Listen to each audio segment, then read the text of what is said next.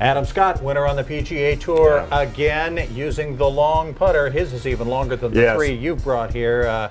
It's coming up to the deadline. What, January 1st, 2016. Yeah, that he's not going to be able to use that anymore on the tour.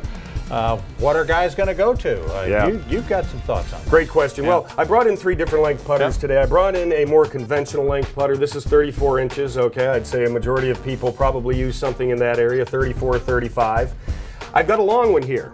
This is 42 inches. This is a belly putter. You can also get the longer ones to become the length about 52, 48 to 52 inches that Adam Scott had, where he's anchoring it up here on his chest. And then we have here what I think is a great option for those of you that use the long putter and aren't real excited about the change that's going to happen on January 1st, 2016. This is called a dual balance putter. This is 38 inches long, so about 3 or 4 inches longer than the conventional putter that most of us grew up with. And it has a 50-gram counterbalance weight up here at the top of the grip. It's a little bit heavier than your average putter. If you would take that and just make a few strokes with it compared to something that you might be more used to. There used to be a brand, the Heavy Putter. The Heavy Putter, yes. That was the same kind of idea. It was a conventional length putter, though.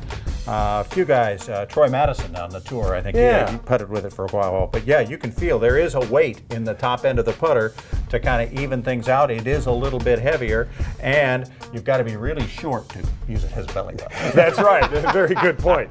Well, the great thing about this putter, I think for some people that like to stand up a little bit more and have trouble practicing their putting because they have back problems and it gets sore, this is a great option. As you can see, I'm just about 6 feet tall, and when I hold this and still take an inch off of it, I can still stand up pretty straight. I don't have to get down a little bit lower, so it's actually helped me to spend a little bit more time on the green.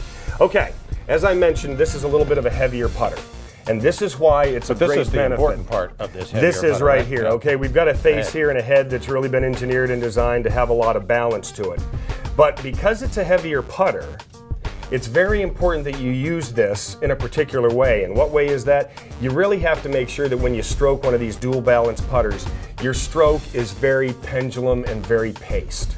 Okay. In other words, we need some symmetry. If you're somebody who putts like a Paul Azinger did, Jack Nicklaus used to, where they took it back short and really popped it, it's not going to work with this putter. Brant Snedeker, great point of a modern putter. Yeah, there's a good one right there. Okay. Because of the weight of the head and the putter overall, if you get going too quick with the putter and make a stroke too quick, the head tends to lag behind and open up a little bit. So like I said, one of the things we want to make sure you do when you putt with this thing is make sure that you're swinging it back and through in a very pendulum-like fashion. We don't want to do a quick stroke and then try to get it going through. And some people putt very well that way. But unfortunately with these putters, it's not going to work. Okay. Now you've got a couple different ways you can hold this longer putter. As you can see, we've got a elongated grip here. I believe it's about 15 inches. Okay. Some people like to hold more conventional, okay, we'll call it the reverse overlap grip like that, where you take 10 fingers and put them on there and take your left index finger, if you're right-handed, and throw it down your fingers so you're like that right there. I've seen people with this putter take it and actually do a split grip. Okay. They feel a little bit better and a little bit more in control, so they're gripping it and holding it here. No anchor, remember you can't put it against there. Natalie Gilbert did that for a while with the split grip. Yes, exactly right. She kind of took it and moved it back and forth like that. And you really can develop a lot of feel. So check out in your golf shop or one of the golf stores, if you're not sure, if you're real pleased with your putter, check out some of these new dual balance putters. A lot of the manufacturers have them, as you saw in the playoff the other day. Both Adam Scott and Jason Duffner were using this exact head, and I believe Duffner was using this length putter, whereas like we said, Adam Scott had the big length up there. I still like the idea of Kuchar to have a little bit shorter putter than this, but run it up the arm and use that, because you can anchor it.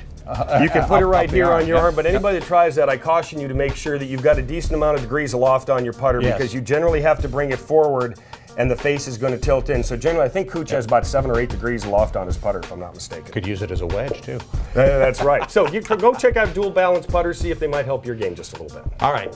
Yellow stakes, red stakes, blue stakes, purple stakes, all of those. No, we're going to talk about hazards and how you can tell them apart, what to do with them when we come back on Golf Center.